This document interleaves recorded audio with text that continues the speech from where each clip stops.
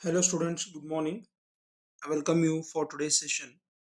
So as I had promised you in the last session, today I have come up with a unique problem, slightly difficult one as related to columns. So let us begin with the today's video lecture. Determine the crippling load for a T section of dimensions 100 mm into 20 mm into 100 mm. So I have shown here 100 mm into 20 mm. So it is 100 mm into 20 mm. And length of the column is 12 meters. Okay, this is the cross section and the length of the column is 12 meters with both ends fixed. Take Young's modulus as 210 GPa. He has asked us to find out the Euler's crippling load for this condition. Right? So in order to find out the Euler's crippling load, first I have to find out the least moment of inertia. Right? So let me start with the solution part.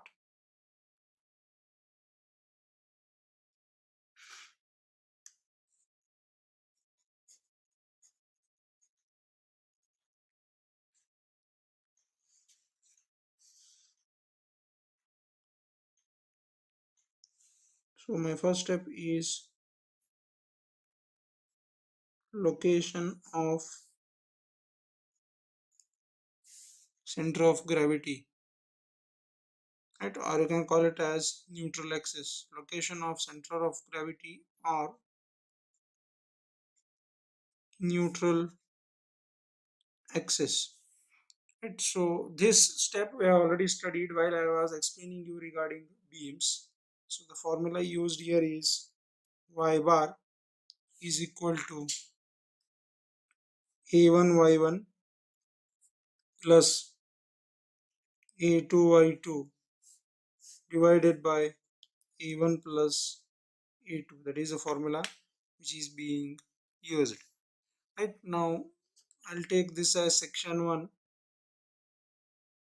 and I'll take this as section 2 just for our understanding.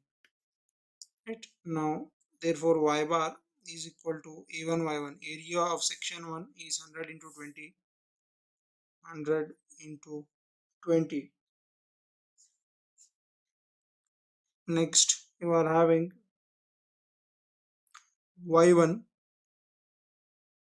How you calculate y1? Y1 is nothing but the centroid of the first rectangle what I have shown here, right? So how you calculate this? So very easy to calculate this. Wherever the two diagonals meet, we just draw two diagonals for section 1 or component 1. Wherever those two things meet, that will be the centroid of the triangle 1. So I'll just locate this. It will be somewhere over here. So this will be y1. So what will be the distance of this? This distance will be 50% of 20. So this distance will be 10 and total distance is 100. So 100 minus 10, since this point is located at 50% of this, so 100 minus 10 is 90, right? So 100 minus 10 is 90. So y1 is 90 plus a2. So a2 is once again, you need to take so much length. Maximum length is 100 minus 20. So it is 100 minus 20 into 20, then y2. So y2 is the centroid of this. Let us say it is here, right? Now whenever I locate this point, this will be at 50% of this rectangle. So what is the length of the rectangle? Length of the rectangle is 100 minus 20, that is 80. So 80 divided by 2 is 40. Entire thing should be divided by a1 plus a2. So it is 100 into 20 is a1 plus a2 is 80 into 20. And so therefore y bar is equal to, so you just calculate what will be the y bar. So it is 2000 into 90 plus 80 into 20 into 40 divided by 2000 plus 1600. So I'm getting the value as 67.77 mm. 67.77 mm. Right, so that is the location of neutral axis. So let me locate that neutral axis here on this figure. Right, so I have indicated here this distance C2, that is centroid to from the bottom fiber is Y2.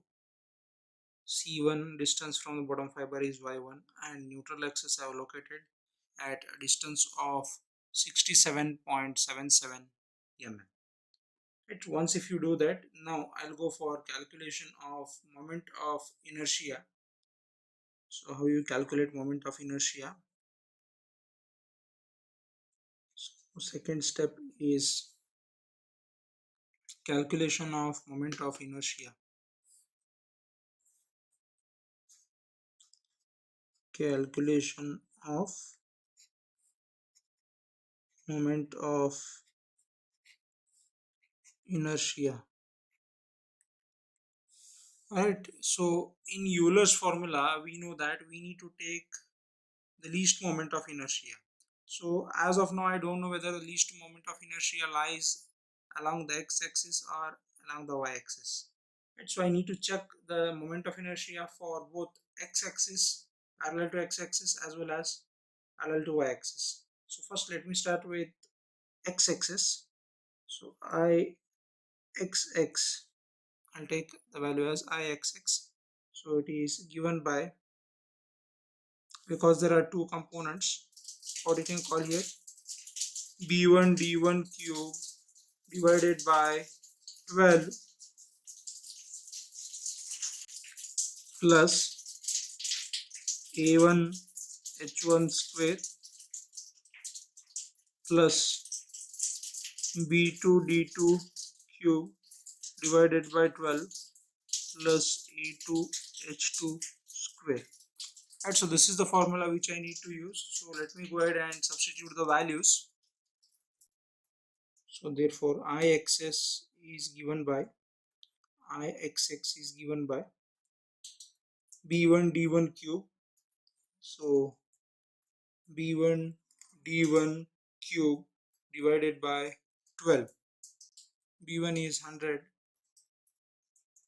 d1 cube is 20 divided by 12, b1 d1 cube divided by 12 plus a1 into h square. What is a1? a1 is 100 into 20 h1 square. How you calculate h1 square? h1 square is the distance between y1 minus y bar. y1 minus y bar. So what is y1? So y1 is 90 minus y bar is 67.77. Okay, so this is for the first component, right? Plus now you go for a second component, b2 d2 cube. So b2 is 20, d2 is 80 cube divided by 12 plus area is 20 into 80. h2 is the distance between y2 and y bar. So that is given by 67.77 minus 40.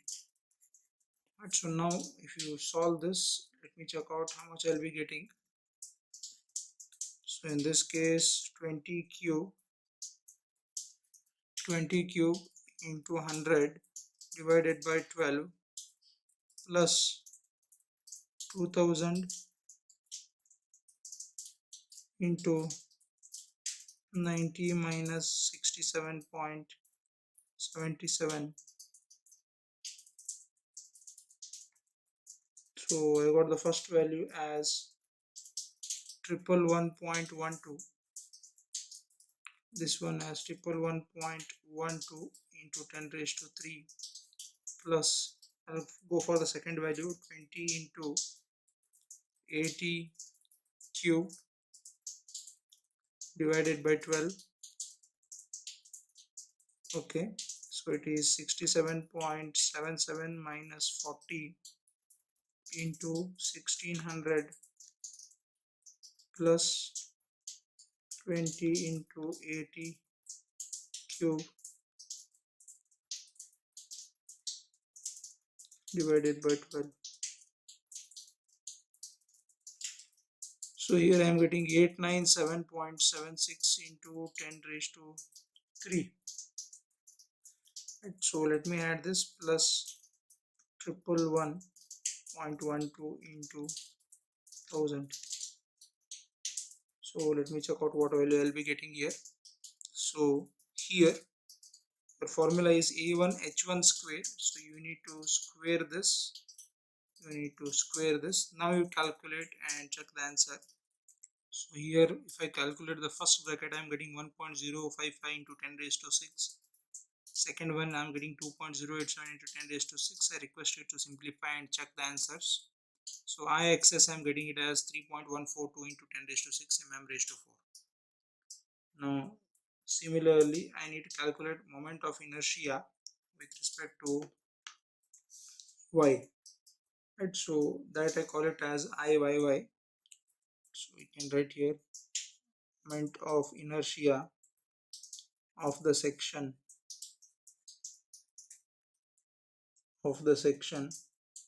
about an axis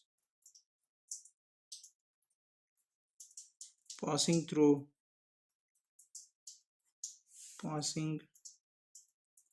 through center of gravity and parallel to y-axis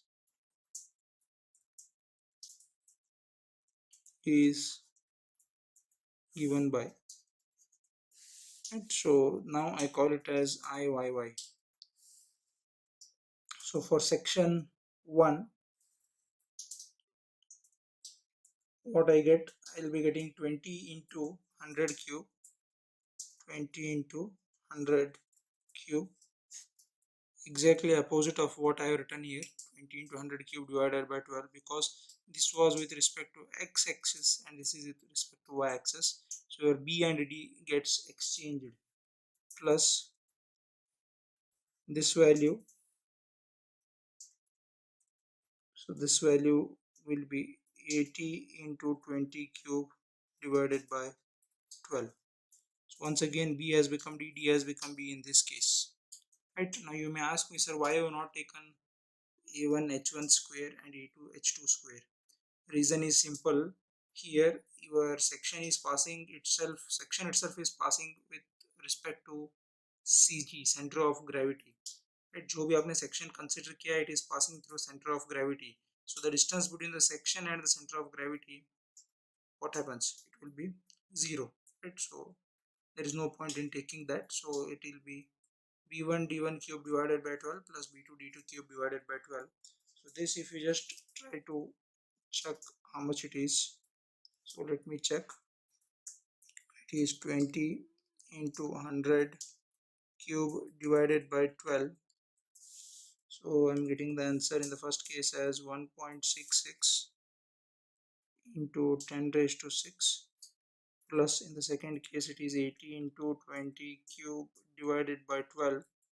I'm getting the answer as 53.33 into 10 raised to 3. So if we just add this, 1.66 into 10 raised to 6.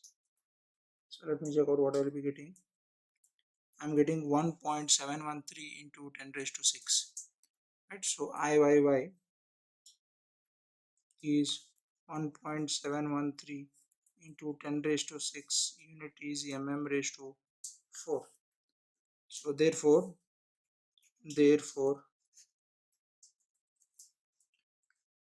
consider IYY. Why? Because least moment of inertia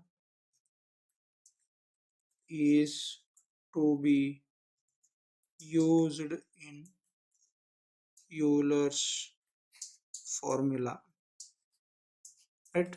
Without calculating, it's very difficult to understand which is least moment of inertia. That is the reason I calculated both. Now effective length is equal to effective length in this case is equal to L by 2. Why it is equal to L by 2? Because for the given condition, according to the table what I have given you, length effective is L divided by 2. So what is the value of L? Value of L is 12 meters divided by 2, that is 12,000 mm divided by 2, so that gives you 6,000 mm, right? Now from Euler's formula we have, so Euler's formula is PCR is equal to pi square EI divided by LE square, right? So this is the general formula. Now he has asked me to calculate PCR, that is the crippling load. So I'll have substitute everything. Pi square E is given to me as 210 in the problem, 210 GPa. So you can take it as 2.1 into 10 raised to 5 MPa. I already told the conversion in first module. People who have missed the first module, I request you to go back and check how you are going to convert GPa into Newton per mm square. Value of I in this case to be considered is 1.713 into 10 raised to 6 divided by L effective square, that is 6,000 square. So if I just calculate this, let me check out what will be the answer. So after calculation, I'm getting the answer as 98.62 into 10 raised to 3. So the answer is 98.62 kilonewton. 98.62 kilonewton. Right. So an important problem from your exam perspective. The importance lies in how you calculate the moment of inertia and which one you select. Right. So that's it for today's session. Have a great day. Take care.